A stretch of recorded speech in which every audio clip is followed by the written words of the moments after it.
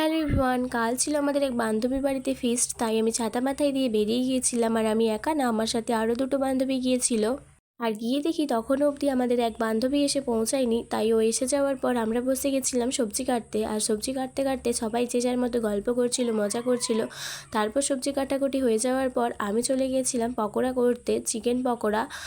তো পকোড়া ভাজা হয়ে যাওয়ার পর আমরা চলে গিয়েছিলাম খেতে। আর পকোড়ার সাথে ছিল কোল্ড ড্রিঙ্কস। তাই ওগুলো খাওয়া দাওয়া করার পর আমরা চলে এলাম চিকেন কষা করতে। তো এর আগে আমাদের সব রান্নাই কমপ্লিট হয়ে গেছিলো, শুধু চিকেনটাই বাকি ছিল। তাই চিকেনটা হয়ে যাওয়ার পর আমরা বসে গেছিলাম খেতে। আর আমাদের মেনুতে ছিল ফ্রায়েড রাইস, চিকেন কষা, পাঁপড়, দই। আর যেহেতু আমের সিজন তাই আম তো ছিলই।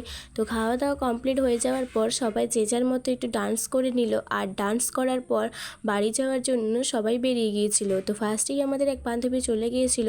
আর আমার সাথে যেই দুজন ছিল ওরাও চলে গিয়েছিল। তাই ওদেরকে আমি বাই বাই করে চলে এলাম বাড়ি।